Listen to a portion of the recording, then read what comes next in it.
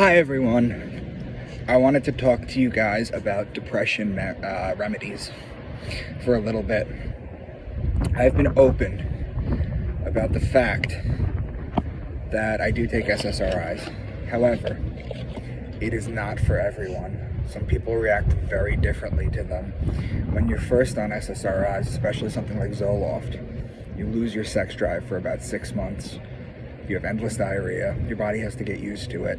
There's other things that you can do. If you're having trouble controlling your thoughts, like I've been trying to teach you guys how to do, there are things that you can do. Let's start with, for example, before you get to that level, you can start taking theanine.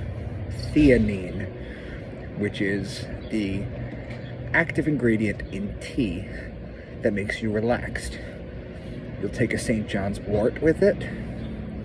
You'll take something called 5-HTP, which is hydroxytryptophan, which is a precursor to a lot of great things in your brain.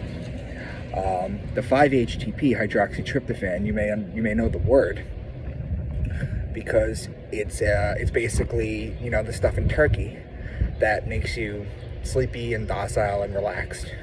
So you stack these things together. Take a milk thistle, because that is the best thing that cleans out your liver too. If that doesn't work, you can take a step up. Step up would be to try and microdose hallucinogenic mushrooms. Now, how do you microdose? Well, you get a little scale and you weigh out 0.1 grams, and you take that in the morning and in the evening, and it really should help. If that doesn't work, they've now approved something called a ketamine nasal spray. Now, ketamine in large doses is used to give to people as an anesthesia in the hospital, but in lower doses it can cure depression. If you've come to this point where none of this stuff works, and I would give each of them a couple of months. So just to recap, you take theanine, 5-HTP, 5-hydroxytryptophan, you take St. John's wort, and you take milk thistle. If that doesn't work, try microdosing. 0.1 grams in the morning and in the evening. If that doesn't work, take the ketamine nasal spray, if you can get it. Then if that doesn't work, you could try the SSRIs. There are other options out there. And what you need to realize too is that this isn't like beer. This is not based on your body mass. This has nothing to do with it. This is your brain chemistry. Your brain chemistry is wildly different than other drugs, for example. So everybody is different. So the way you explain it to people when they're trying to take SSRIs is it's like throwing a dart on a dartboard. The solution is there, but you just need to find the right combination. Sometimes it takes a year, sometimes it takes a year and a half.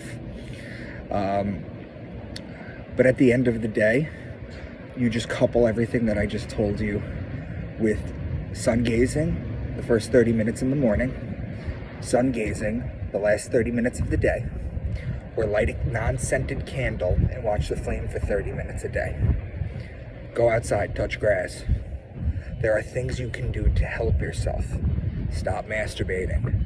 That's temporary dopamine, and it's rewiring your brain to not be able to handle when actual real dopamine comes in. It desensitizes you. And some people, it actually makes things worse, because sex and violence come from the same center of the brain. That's why people who masturbate, they graduate into more depraved things. So, that's what I wanted to share with you guys. If you're on SSRIs, you cannot take St. John's wort. You can't. Don't do it. If you're on SSRIs, you cannot take hallucinogens. They can cause seizures. Don't do it. So I'm giving you guys options out there. But at the end of the day, appreciating life, living as your true self, being happy, being with the people that you love the most, going outside to the sun, touching grass. This is what's really going to get you better. So guys, control your thoughts and stop with this temporary pleasure. Fast food, porn, the news, all this shit.